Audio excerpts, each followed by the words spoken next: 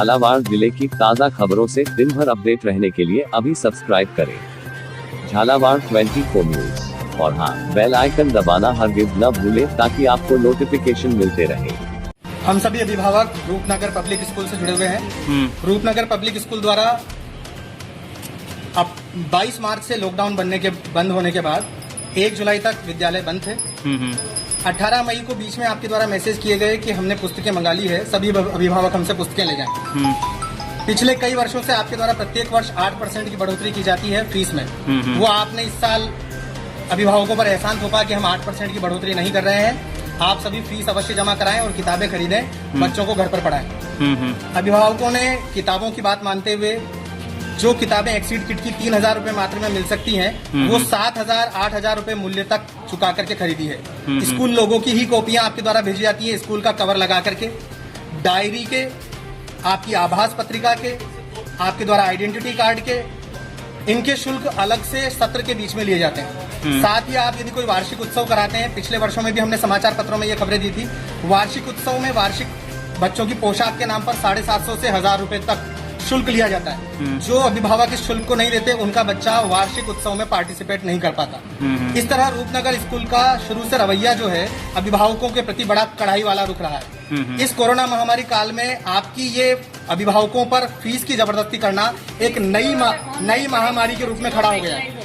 1 जुलाई को आपने online classes शुरू की, व्हाट्सएप में सभी अभिभावकों का ग्रुप बनाया, उस ग्रुप में व्हाट्सएप खेल करके आपने आंसर शीट के नाम पर बच्चों को जोड़ दिया और फिर कुछ ऑनलाइन क्लास 40-40 मिनट की, जिसमें 3 लिंक भेजे जाते थे, केवल 2 विषय की क्लास रनिंग होती थी, बाकी की अन्य अपरिहार्य कारणों से स्थगित कर दी जाती थी। उन 2-2 क्लास के नाम पर आपने केवल 1-1 ब्लॉक की शिक्षा दी और आकर्षित करके फिर 21 जुलाई को अचानक बंद करते हुए अभिभावकों और बच्चों पर दबाव बनाया कि यदि आप इस तरह की क्लासेस रेगुलर चाहते हैं, पढ़ाई में आपके कोई व्यवधान न हो, इस हेतु आप सभी 12 महीने की पूरी ट्यूशन फीस जमा कराने का कष्ट करें। अभिभावक और बच्चे दुविधा में हो गए। वो भावनात्मक हवाला देते हैं व्हाट्सएप ग्रुप में कि हम कोरोना काल में टीचर्स को पेमेंट कर रहे हैं और टीचर्स पढ़ाने के लिए तैयार है, हमारे स्कूल की विभिन्न प्रकार की किस्तें और ये सब जानी है, पेरेंट्स हमारे साथ आकर के खड़े हों, हमें भावनात्मक रूप से मदद करें।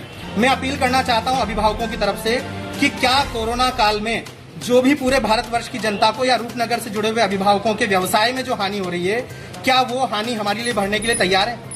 ऑनलाइन क्लासेस जिनके पेरेंट्स कचौरी समोसे का ठेला लगा करके भी बच्चों को स्कूल में पढ़ा रहे थे, उनके पास मोबाइल नहीं है, लैपटॉप नहीं है, कंप्यूटर नहीं है, डाटा रिचार्ज वो नहीं कराते, अथवा किसी घर में सरकारी कर्मचारी भी है तो केवल पति के पास लैपटॉप ये मोबाइल की सुविधा है एंड्रॉइड की, तो पत्नी के पास नहीं है, तो वो ऑनलाइन क्लासेस कैसे अटेंड कराएंगे? दूसरी बात, 0 से 10 वर्ष के बच्चों को मोबाइल और लैपटॉप देखने से सरकार और चिकित्सा मंत्रालय दोनों मना कर चुके हैं। और कक्षा 5 तक ऑनलाइन क्लासेस का वैसे भी कोई उपयोग नहीं है। कक्षा 5 का बच्चा सामने रह करके पढ़ता है। मेरे आसपास जुड़े हुए अभिभावकों के 3 बच्चे कक्षा 5 से नीचे हैं जो ऑनलाइन क्लास पर रोने लग गए। उनको जब उनकी मैडम ने उत्तर नहीं दिया तो वो रो करके मम्मी पापा के पास बहुत देर तक।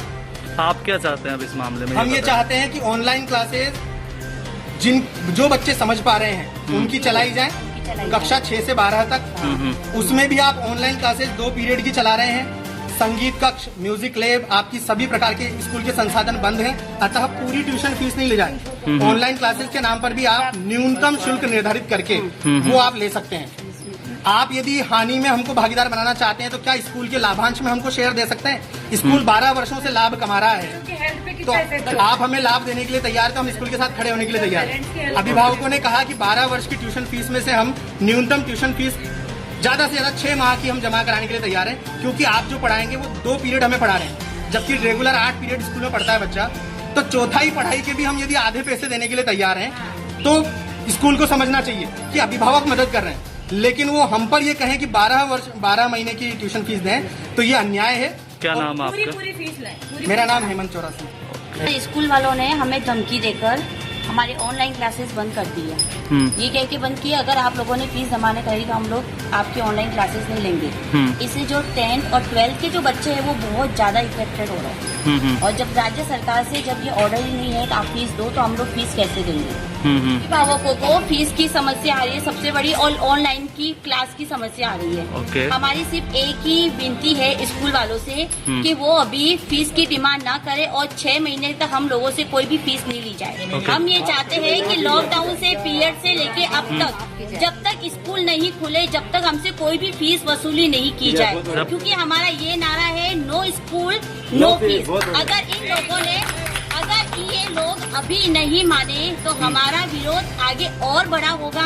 हम ये इनसे यही करते हैं कि हम लोगों के स्कूल के बीच में कोई कुछ बीच में हमारे झगड़ा ना हो। इसलिए हम यही चाहते हैं कि ये खुद भी मान जाए और हम भी मान जाए। हम दोनों समायोजित करने के लिए तैयार है। तो अभी ये लॉकडाउन की फीस आपसे मांग रहे हैं क्या? बिल्कुल, हमसे लॉकडाउन की फीस नहीं, लॉकडाउन की फीस हमसे धमकी देके मांगी गई है। अगर 30 जब सरकार का ऑर्डर आया था कि 31 जुलाई तक आपको कोई फीस नहीं देनी है, 31 अगस्त तक आपको कोई फीस नहीं देनी, उसके बावजूद भी व्हाट्सएप पे मैसेज आया कि अगर आप लोग हमको फीस नहीं देंगे तो हम ऑनलाइन क्लासेस बंद कर देंगे। ये इनकी धमकी है और बंद भी कर देंगे। कौन सी स्कूल का मामला? ये RPS स्कूल का मामला है। ओके।